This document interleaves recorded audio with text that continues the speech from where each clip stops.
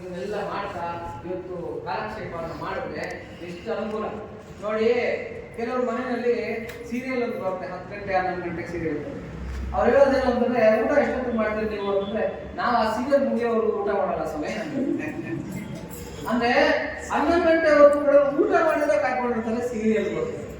ಕಾಡು ಹರಟೆ ಹೊಡಿತಾ ಆಚೆ ಕಡೆ ಎಲ್ಲ ಹೋಗಿರ್ತೀವಿ, ಕಾಡು ಹರಟೆ ಹೊಡಿತಾ 12 ಗಂಟೆ 1 ಗಂಟೆವರೆಗೂ ಕಳೆದು.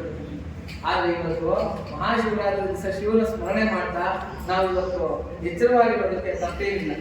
ಅದನ್ನೆಲ್ಲ ಮಾಡಿದ್ವಿ ಅಂದ್ರೆ ಮಹಾಭಾಗ್ಯಶಾಲಿ ಹಾಗಾಗಿ ಭಾಗ್ಯದ ಅಪಾರವಾಗಿರ್ತಕ್ಕಂಥ ಭಾಗ್ಯ, ಅಪಾರವಾಗಿರ್ತಕ್ಕಂಥ ಭಾಗ್ಯ. ಈ ಭಾಗ್ಯವನ್ನು ನಾವು ಪಡ್ಕೋಬೇಕು ಯಾವತ್ತೂ ಕೂಡ. ನೋಡಿ, ಕೆಲವನ್ನ ನಾವು ದುಡ್ಡು ಕೊಟ್ಟು ಪಡ್ಕೋಬೇಕಂತೆ, ದುಡ್ಡು ಕೊಟ್ಟಾದ್ರೂ ಕಷ್ಟಪಟ್ಟಾದ್ರೂ ಪಡ್ಕೋಬೇಕಂತೆ. ಕೆಲವನ್ನ ದುಡ್ಡು ಕೊಟ್ಟಾದ್ರೂ ಕಷ್ಟಪಟ್ಟಾದ್ರೂ ಬಿಡಿಸ್ಕೋಬೇಕು. ದುಡ್ಡು ಹೋದ್ರೂ ಚಿಂತೆ ಇಲ್ಲ, ಕಷ್ಟಪಟ್ಟರು ಚಿಂತೆ ಇಲ್ಲ, ಬಿಡಿಸ್ಕೋಬೇಕಂತ.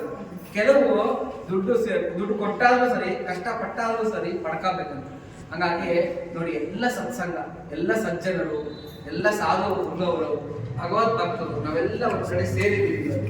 ಮಹಾಶಿವರಾತ್ರಿಯಿಂದ ಸೇರಿದ್ದೀವಿ. ಎಲ್ಲರೂ ಕೂಡ ಪರಮೇಶ್ವರನನ್ನು ಆರಾಧನೆ ಮಾಡಿ ನೋಡಿ. ಗಣಪತಿ ಮೂರ್ತಿನೂ ಇದೆ, ಪರಮೇಶ್ವರ ಮೂರ್ತಿ ಇಟ್ಟಿದ್ದಾರೆ.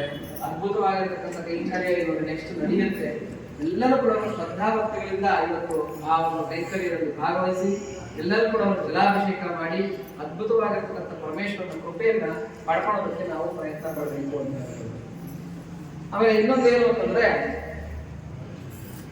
ಪರಮೇಶ್ವರನನ್ನ ಒಲಿಸ್ಕೊಳ್ಳೋದಕ್ಕೆ ಅದ್ಭುತವಾಗಿರ್ತಕ್ಕಂಥ ಇನ್ನೊಂದು ಮಾರ್ಗ ಏನು ಅಂತಂದ್ರೆ, ಪರಮೇಶ್ವರನಿಗೆ ದೀಪಾರಾಧನೆ ತುಂಬಾ ಇಷ್ಟ.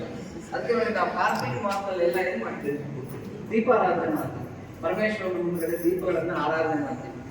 ಬಹಳ ಇಷ್ಟವಾಗಿರ್ತಕ್ಕಂಥದ್ದು ಪರಮೇಶ್ವರನಿಗೆ ಇನ್ನೊಂದು ಕೈಂಕರ್ಯ ದೀಪಾರಾಧನೆ.